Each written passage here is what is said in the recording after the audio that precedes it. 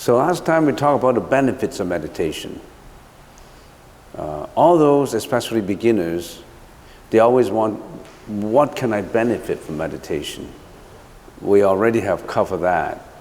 Future benefits, transcendental benefits, present temporal benefits, reduce stress and to free oneself from symptoms and emotions such as fear, worry, jealousy, hatred, anger, increase the confidence and happiness, and reduce your desires for sensual pleasures, and increase wisdom and tranquility of mind. We already have touched on those. And those are the present temporal benefits. But what is more important are the future transcendental benefits. To reduce mental afflictions, increase samadhi and prajna. Of course, we already have gone through what is samadhi and what is prajna, leading the practitioner towards the path of enlightenment, and finally ending the reincarnation of life and death and reaching nirvana, Buddhahood. And that's the most important, because present benefits only deal with your present life. The transcendental benefits, it's to discontinue life and death reincarnation. We already have talked about that. So what I said last time is, that's what I said, that's what I gathered, all the information. Are there any support for the results of meditation? So we have American Psychology Association, we have Cardiology Research and Practice, American Heart Foundation, National Resource Center for ADHD. All these have clinical scientific researches conducted to prove that meditation brought tremendous benefits to those who practice it. It's one thing to hear about how good it is. Another thing is, do you have the confidence, the persistency, the patience to practice it? Not many. We really have to promote it to let people know. So today we're going to lecture 2. Now, we already have talked about the benefits. Talking about meditation, it's easy to tell you how to sit, how to cross your leg, how to think about it, and the posture, the environments. But it's extremely important that you should know about why we have to meditate. If we use certain methods, why do we use certain methods? What's the urgency in meditation? So that leads to some transcendental spiritual concept of how our mind works. Because meditation is the mind, it's closely related to the mind. You have to understand yourself. You have to know, who am I? Who are you? Where do I come from? How do I get born? Why do I get born into this world? What happened to me in the future? Do I have just one life? Where do I come from? Did I come from the last life? What's the time and space concept of meditation? In doing meditation, why do we have to concentrate on the breath? And why do we have to let go of our wandering thoughts and all that? In order to explain those in detail, it's not enough just to tell you what to do. You really have to have the patience to sit down and think about who you are. That's a very basic concept in meditation, which many people ignored, especially those learners who learn it. They ignore the questions of, who am I first? Let's start with I. What is this I? What is this? Some people call it an entity, I. Who is this I? Let's analyze it. You have to go step by step. Mind you, some people may not be interested. Why do I have to know who am I? I just got born and I just live. Why do I have to worry about it? Who am I? Where do I come from? How do I think? Whatever pleases me, that's what I think. They don't really go beyond the I. Let's explore more into it. If we have that question, who am I? A basic preliminary answer would be, I is made up of what? body and mind, right? I have a body and I have a mind. So we say we have a body and we have a mind. There's no question about it. How can you without a body? Even if you have a body, if you don't have a mind, you are just a lump of flesh. You have no mentality. So you are a combination of body and mind, right? No question on that. There's no denying on that. But then the Buddha further explain and break it down into what exactly is the body, what exactly is the mind. So we say, okay, the body consists of eyes, ears, nose, tongue, and body. So we have 1, 2, 3, 4, 5. We have 5 materialistic perspective of the body. And some people will ask a question, why did the Buddha break down the ears, the nose, the eyes, the tongue, and segregate it from the body when they explained universe, when you explain body? Why did he break it down? Why did he just say a body? And why he has to break it down as eyes, ears, nose, tongue, and body? There's more to know about why. Because of the body cannot interact without the eyes, ears, nose, and tongue. And when you talk about the body, it's not just the skin, the skeleton. You have to know about what are the organs that you're using to interact with the outside world. So in Abhidharma, the Buddha always explained it in depth, in detailed analysis. So according to Mahasatipatthana Sutra, the body has basically 32 parts to the body. Let's take a look at your bodies first.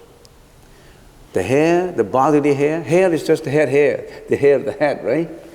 And the bodily hair, the nails, the teeth, the skin, flesh, veins, the bone structure, the liquid in the bone, kidneys, heart, liver, bladder, spleen, lungs, small intestine, or intestine, large intestine, stomach, feces, brain, gallbladder, the gall, phlegm, blood, sweat, etc., blubber, tears, synovia, spit, mucus, marrow, and urine.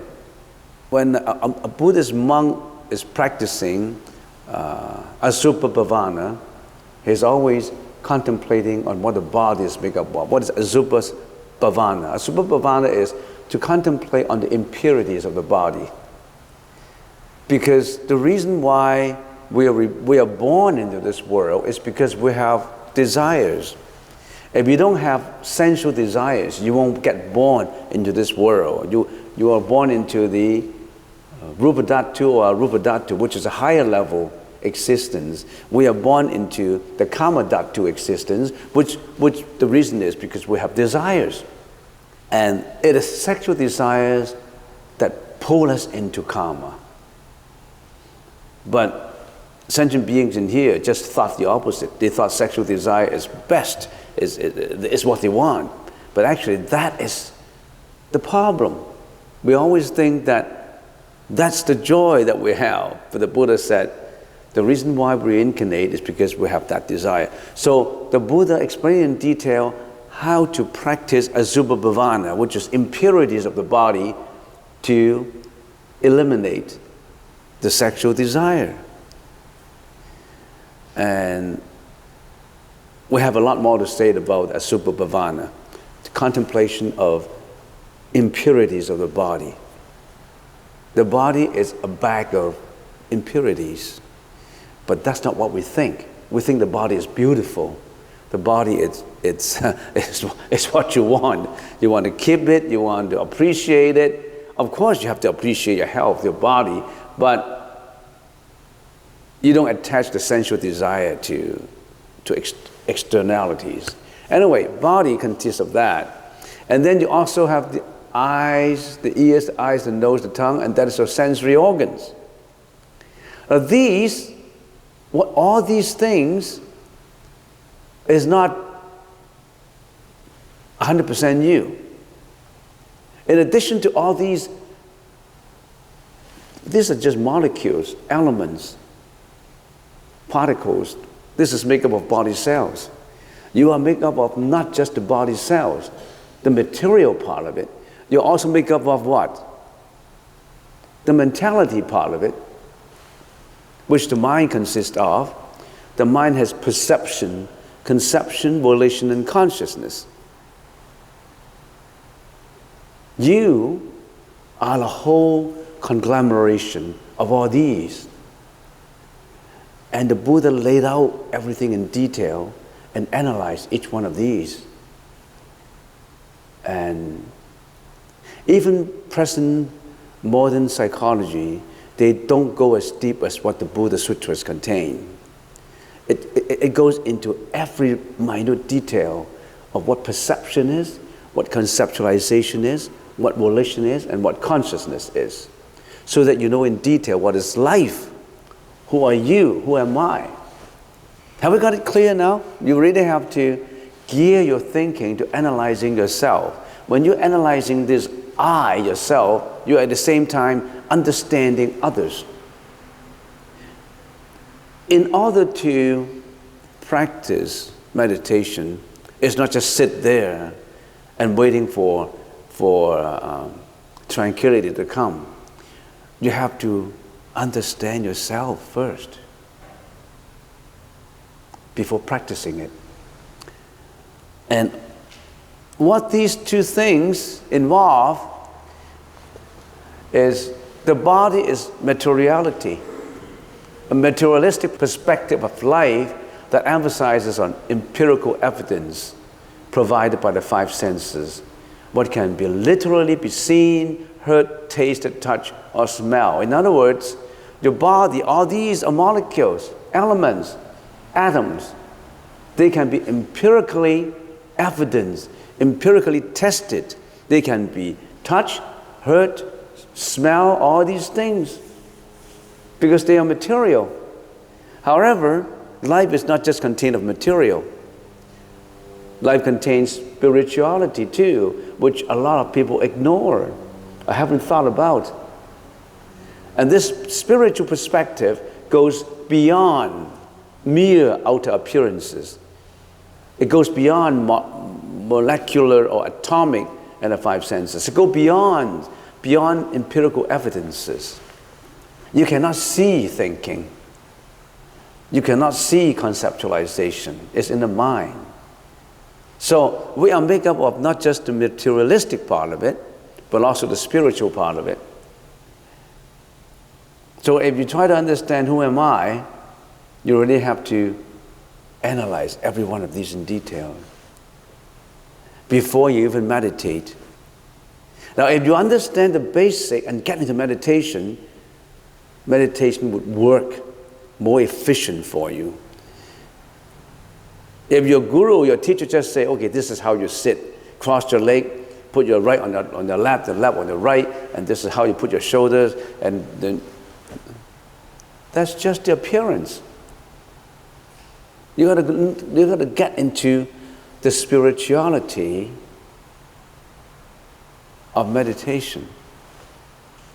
Someone may ask, fine, this is philosophy, psychology, so I still don't know who am I. I know I'm a body, I have my brain, molecules and elements and perception and conceptions. Then where do I go from here?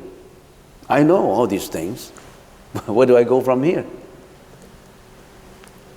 Let's carry it a step further if you understand what I've been talking about in here. I don't have to go into the details of hair, bodily hairs and nails and teeth and all that. I'm not a scientist, I'm not a biologist, but suffice it to say that you have to get some knowledge of the body, ears, eyes, nose, and tongue, especially the sensory organs, because we use our sensory organs to interact with the outside world. So the Buddha segregated the sensory organ out from the body so that he told you how you interact with the outside world. Well, there is a philosopher, a modern philosopher, and his name is René Descartes. And he had one very famous saying. He said, "I think, therefore I am." If you have no thinking, you're not what you are. You think before. You may think it wrongly, mistakenly, or you may think it correctly, but you think, therefore you are. So I think, therefore I am. How do I think? How do you think? Now, as I said before, we have the body and the mind. And we can say the body is materiality, and the mind is perception, conception, volition, and consciousness, which is the spirituality of it. There's 5 items in here.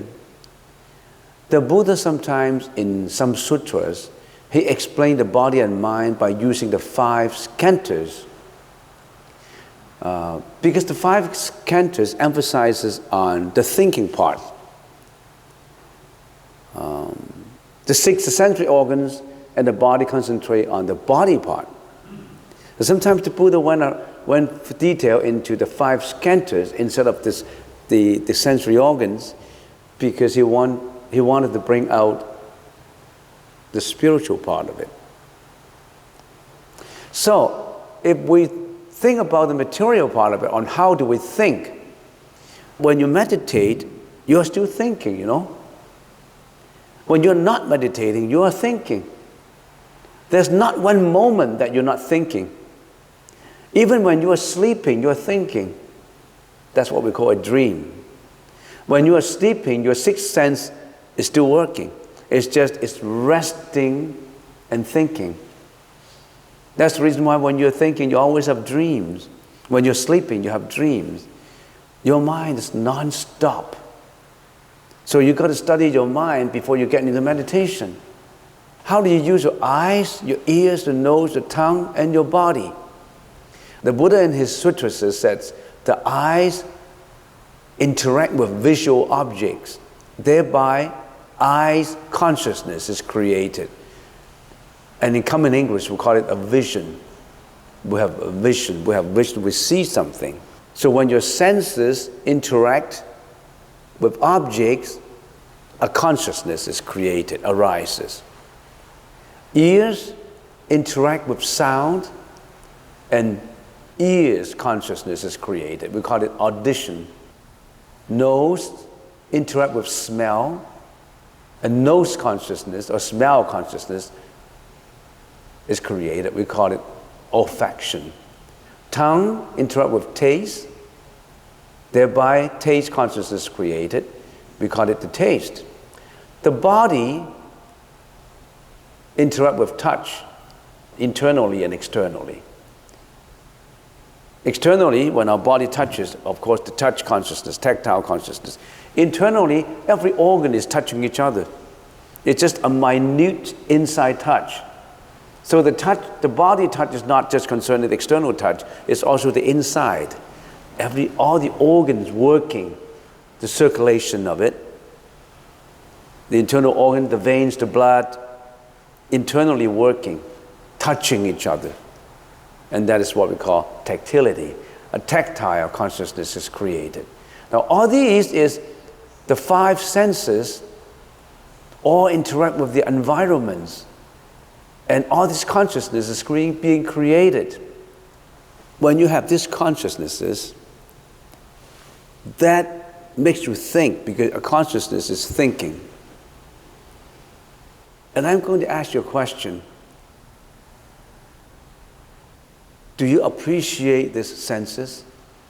How do you use these eyes, ears, nose, tongue, and body? How do you use in your daily life? How do you use these valuable senses that you have? How do ordinary people, temporal people, use their senses? In many ways. Do you appreciate the existence of your senses and use them accordingly? Some people do. They use their eyes to read, to see PowerPoints, to see good things. At the same time, they also use the eyes to do what? To see what? Pornography, attractive things, creating sensual pleasure, desires in their mind. They use the senses in many ways, the pros and cons ways. And some people may not even appreciate their own senses. There's always an article that I would like to draw your attention to, and I always mention it when I come to this point, is Helen Keller lost some of his senses, an American psychologist, a philosopher who lived about 100 years ago. She lost her eyes. She didn't have eyes, vision, consciousness. She lost the ears. She lost the tongue. She only had the nose and the body. She lost the consciousnesses, the senses of 3 of these consciousnesses. There's an article that she wrote, give me 3 days to see light. If she would be given 3 days to see light, to see visual objects, these are the three days. This would be how I spend my 3 days. The first day, I would like to see the face of all my friends, my mom, my tutor. And then I also would like to touch their face and see them. I like to see flowers. I like to see the blue sky. I like to see the children playing. I like to see birds, how they fly, how the codfish swimming in the pond. I like to see these beautiful things. She liked to use the eyes to see. And then she said, how I don't understand, some people with normal vision, they don't appreciate their seeing. When a friend came back from a trail walk from the woods, I always ask them, what do you see in the forest? And they always say, no, nothing in particular. I don't understand why. They come back from nature and they didn't see anything in particular. How I appreciate my eyes if I can see, my nose if I can smell, but I can talk, I can express my feeling. I can listen to the chirrupings of the birds, the songs of the birds, of the hummingbirds. I appreciate my senses. Okay, mind, perception, interact with everything. The mind interact with all dharmas, everything. The mind, of course, contains perception, conception, volition, and consciousness. And perception is when the senses start to perceive. Conceptualization is the one to conceptualize what they have seen. Volition is how to carry out volitional actions and speech. And finally, the consciousness explains how all this mentality works. So the mind actually interacts with everything because all these visual objects, sight, smell, taste, and touch also interact with the mind. So the mind, we said, we have a mono consciousness, which is in contact with these senses. It also has an ego consciousness that in the mind, which we call manas consciousness, the ego consciousness. Some people may not understand the ego consciousness. When you were born with karma. In other words, you brought your karma from your previous life. The time horizon, the time dimensions, what the Buddha was talking about was just not of today or this year. You have previous lives that you brought your karma to the present life. And because of your previous karma, which you have accumulated, you brought your previous karma to this life. And that previous karma is an accumulation of experiences of what you have experienced, which contain your ego. So in other words, when you came to this world, you have already molded in your consciousness a certain ego that you already have brought forward. So that's the reason why some babies are more obstinate. Some people are more having fun. Some people, different babies, when they were born, they already have an egoistic molded ego in them. Some people have, some babies have bad temperament. Some babies smile all the time. Some babies cry all the time. Some babies resist certain things. You were born with an ego that you brought forward from your previous life. You already have your basic personality with you when you were born in here. We call it the karma. And some people call it the ego. And this karma, this mano, this ego karma, brought not only your personality, it also brought what you were about to experience in your life. Because of the causality, the universal causation, the law of causation, whatever bad things you have done previously, the bad karma, you also brought the bad karma to this life. The good karma, you brought the good karma to this life. It's not God who gave you this. You created all this yourself. You were selfish before, or you were generous before, you always have a temperament before, or you are also easygoing before. It's all you are the creator of your own ego. You brought forward all this karmic energy that you're about to experience. And Helen Keller, for example, she brought forward a karma that is deficient in eyes, ears, and tongue, because of certain things she did in her past, which brought her this karma. Everybody has a karmic energy, a bag of karmic energy you brought forward to here. Don't blame your dad for abusing you. Of course, you shouldn't be. You could have abused him before. Don't hate your husband for divorcing you, or you divorcing your parent, or your husband. You did the same thing to her or to him before. Why did your mom love your sister more than you? Because of the karmic energy. Every karma is a little different. So this mana is you really have to understand it. You really have to understand your own ego. Where does it come from? How it occurs. Not just about the present mind, about this ego that you have. And also, last but not least, a liar consciousness. We're talking about consciousness. With the eyes consciousness, ears consciousness, nose, taste, tactile consciousness, mano consciousness, which is very active. We always refer that as to your mental manager.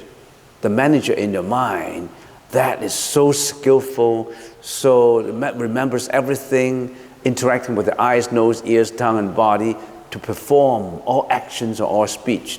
Here is this manas consciousness, which work in conjunction with the mano to carry out your life. And this alaya consciousness is the store and interactive house for all. Where you store this karma, it all stored in the alaya. Whatever you have done in the past, every thought, every action, you think it will be forgotten. It always gets stored in the alaya consciousness that you brought forward to this life. That is the storage. You can see these three things. You can see this mentality. Of course, the brain you can see. The brain is just the tool for the mind. The brain is not the mind. The brain is just a tool for the mentality. So you can see the brain, of course, biologically, chemically, scientifically, but you can't see mano, manas, and alaya because they're invisible. When a person dies, the mano shrink into ego, into the manas, and the manas shrink into the alaya. It is the alaya that gets into the next life, that reincarnates in the next life. When a person dies, there's no more ears, No more ears, no more eyes, no more ears, no more nose, no more tongue, no more body, no more brain. It all shrinks into the ego, the manas. And the manas would shrink into a liar. And it is a liar that gets into the next life, that reincarnation, that reincarnate into the next life. You really have to understand all this before you meditate. If you don't understand your mind, how can you meditate? You have to understand this in order to interact properly, normally with the outside world. You have to understand this in order to get enlightenment. The Buddha explained all this in detail, how you should see yourself. Who is this I? How should you see your body, your mind, before you get into meditation, before you get into enlightenment?